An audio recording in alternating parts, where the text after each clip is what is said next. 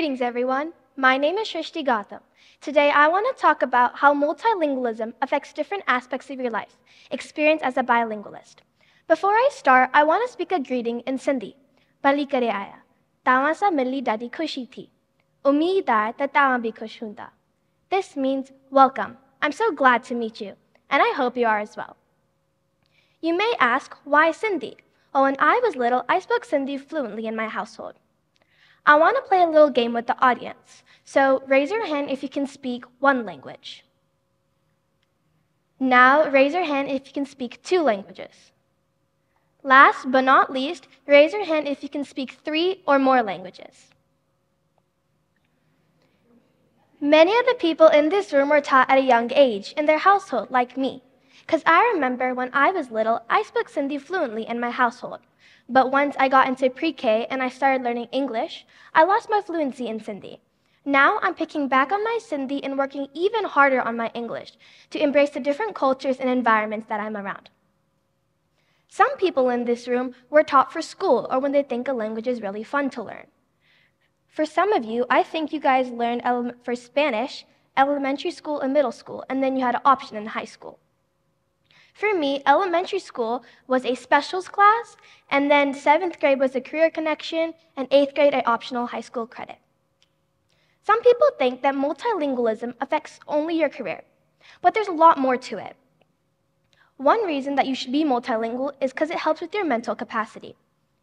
For your mental capacity, there's 2 categories, explicit memories and implicit memories. Explicit memories are the events that happen to you and the general facts. These are helped by the hippocampus, amygdala, and the neocortex. Then you have implicit memories, which are the motor memories that you do, which are helped by the basal ganglia and the cerebellum. These are parts of your brain that are improved when you're multilingual. There's also another reason why is because you can retain even more information.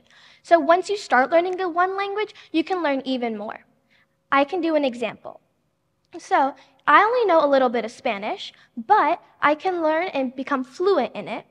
Or I can do another language which is in the same geographical area of Sindh, where Sindhi originates from. Another aspect that is important is your social aspect. Because if you have a group of people that speak the same language as you can collaborate with them more. You also respect them more, and you have relationships across the globe. No matter if you have the same culture as them or not. You can break language barriers by this as well. Nelson Mandela once said, if you talk to a man in the language he understands, then it goes to his head. But if you talk to him in his own language, then it goes to his heart. There's also another thing that I want to talk about, which is your confidence. Confidence is very important in many things. And when you're multilingual, this improves because you have a boost in your identity, and also you're proud because you have done all this hard work and you have something that you are very passionate about, which is your culture. There's also an improvement in your cognitive abilities, which technically makes you smarter. But in your cognitive abilities, you're more open-minded to new ideas, which makes multilingual people better problem solvers. You also can do various tasks simultaneously, and you can also be a lot better at doing different careers because you're able to understand the different things. Now, that was how confidence and cognitive abilities are improved.